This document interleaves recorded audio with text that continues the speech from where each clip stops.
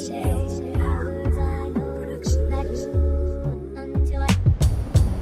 know you see, girl, this thing sitting real good in my soul. Everywhere this little bit gone, she pick up another lap, she's cold. She was my heart, I don't know to try all this for. But by default, she don't think of me. I thought she wasn't in the end. She was like a dance, like a fit me in. All my life I want the man in the end.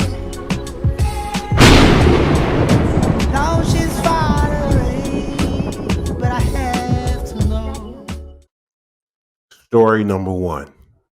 We moved into our apartment only a few hours after the previous tenant moved out. Our building management company is very religious, and they refused to paint it that first weekend because it was a little known but very important religious holiday, and therefore they could not work until the following weekend. So, for the first 9 days, we had to live with all our furniture, boxes, and belongings pushed up in the center of each room, which meant we couldn't unpack or even move around. Sleeping on the one small silver of the bed that wasn't covered by the boxes and suitcases got old very quickly. Story number 2. My first apartment was casually right above a McDonald's. No joke. We shared the same address. One day, they must have been doing repairs to the fryer or something, except they put in some piece of machinery that didn't fit right. It made my roommate's entire room vibrate inconsistently to the point that she couldn't sleep at night. This went on for a solid week at least. I thought she was going to have a complete breakdown. Finally, after multiple arguments with our landlord and a personal trip to yell at McDonald's manager, they fixed the problem. We can laugh about it now. Kind of. Story number 3. I was at an apartment to see about renting an open room, and immediately I saw a mouse walk across the stove. Oh, and people were hotboxing the bathroom when I opened the door, and the realtor asked me on a date, all in a 2-minute time span. I didn't take the room. It had 8 people living in an open loft. So, story number 4. My first ever apartment was 500 square feet with a kitchen that literally fit inside a closet, 2 burners, a tiny sink, and a mini fridge, and plumbing that hadn't been updated since I was born. When I moved in, there were hard water rings in my toilet, so I dumped a bunch of toilet boy cleaner in a tank, which is not how you get rid of hard water stains. In case you were wondering, the cleaning gel gummed up the vessels in the tank, and the next thing I knew, my brand new apartment was flooded with toilet water. Thankfully, it was clean water from the tank, so I mopped it up and sheepishly called my super for help. Before he showed up, a colony of ants emerged from the walls. They were everywhere. Apparently, I had flooded their home in my quest for a squeaky clean toilet. Soon after, a mouse joined me and the ants. Wherever the mouse had been hiding was flooded too.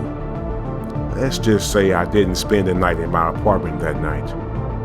Story number 5. Soon after moving into the garden floor apartment of a brownstone, the landlord, who lives upstairs, informed me that because I had access to the dirty floor basement, there'd be weekly chores. These include manually pumping filthy, boiling hot water out of the ancient furnace into a bucket and tossing the liquid into a nearby crawl space.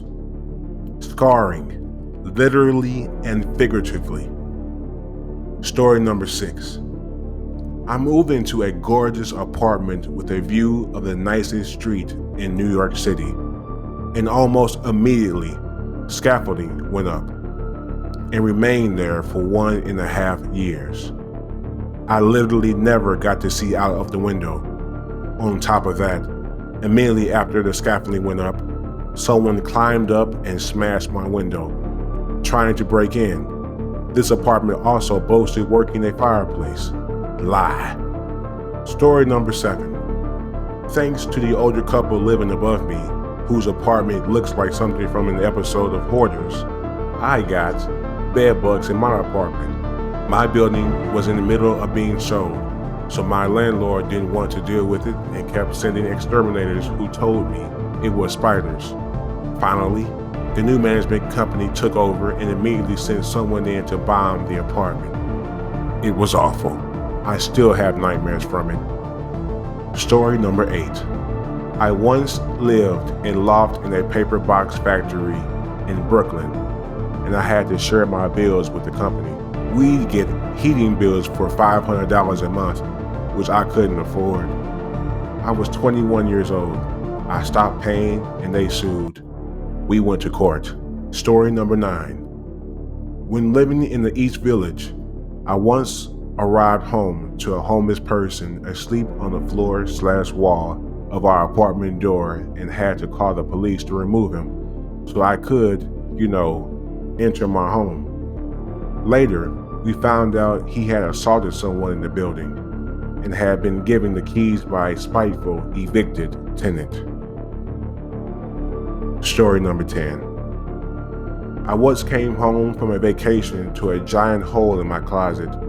Giant, like 2 or 3 feet wide.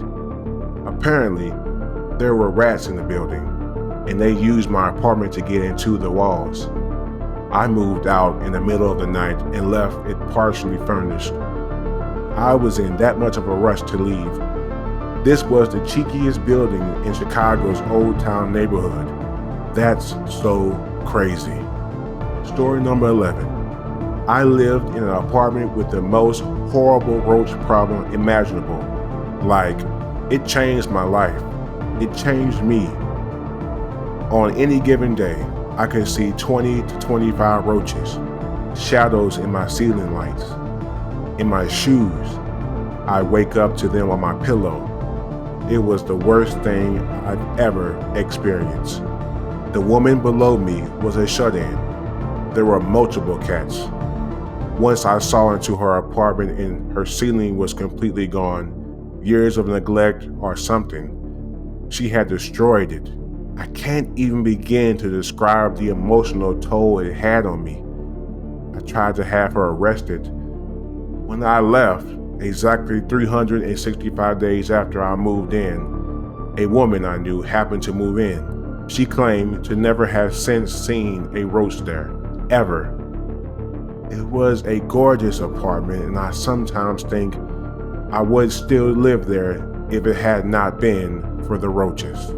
Story number 12. I had this insanely huge, weird apartment in the East Village. It was 3 bedrooms, 2 floors, and had a giant backyard. I lived there with my boyfriend. There were giant plaster trees in the bathroom. So weird. Anyway, that year was a really cold winter in New York City. A polar vortex. A feral cat got stuck on my fence and froze to death. When I called 311 to have him removed, they said no because it was a private landlord. My boyfriend had to saw his paw off to get him off. It was the worst thing I've ever experienced. I know you